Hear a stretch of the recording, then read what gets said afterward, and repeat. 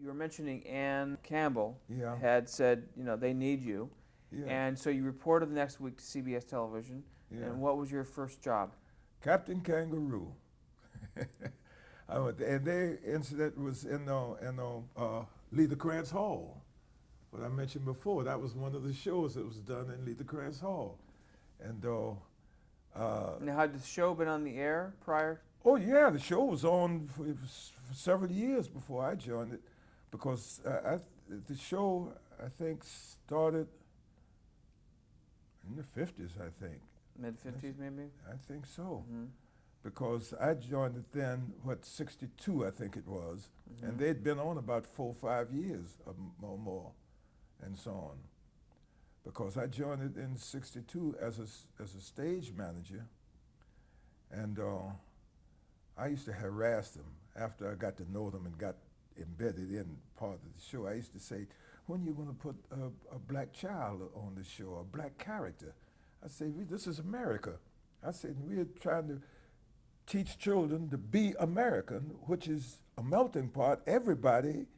I said, and you're not showing the children who are coming up, you're not showing them any blacks at all. And I used to stay on their case. I didn't make a big deal out of it, but I would mention it properly and at the right time. And so To whom did you mention that to? the producers, Sam Gibbon and that whole bunch, because incidentally, Sesame Street was started by Kangaroo Cruise.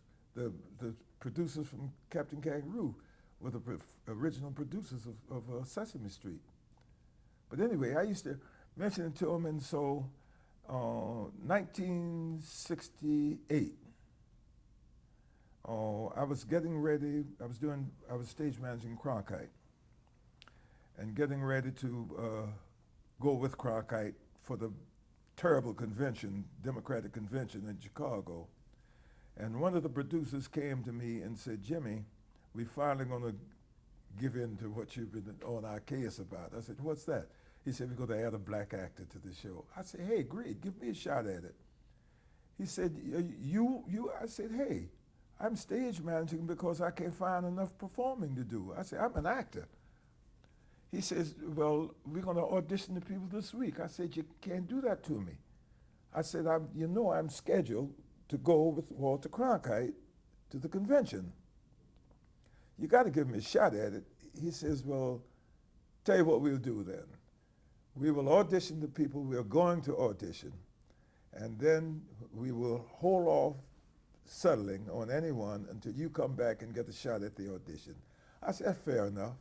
And so sure enough, went with Walter, and when the convention was over, and I came back, the day I came back, I came right to my assignment at the Kangaroo, and the producer said, Jimmy, remember what we said? Say, audition, when we finish this first show, go upstairs because they're going to audition you. And sure enough, came in and went up, and they said, we're going to give you the same audition we gave everybody else. Fine.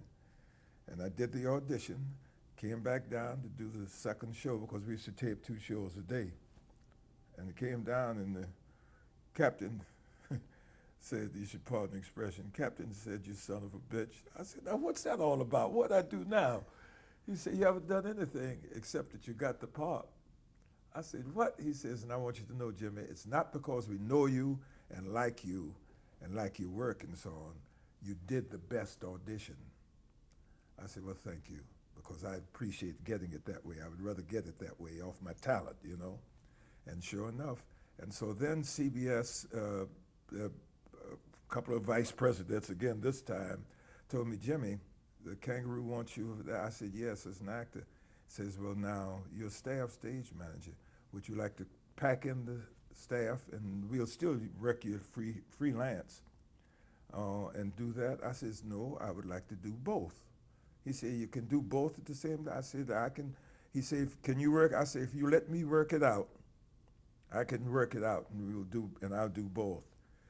And I did work it out, and I did it for 12 years, running part. And for those 12 years, I worked 7 days a week, because I was still doing Cronkite.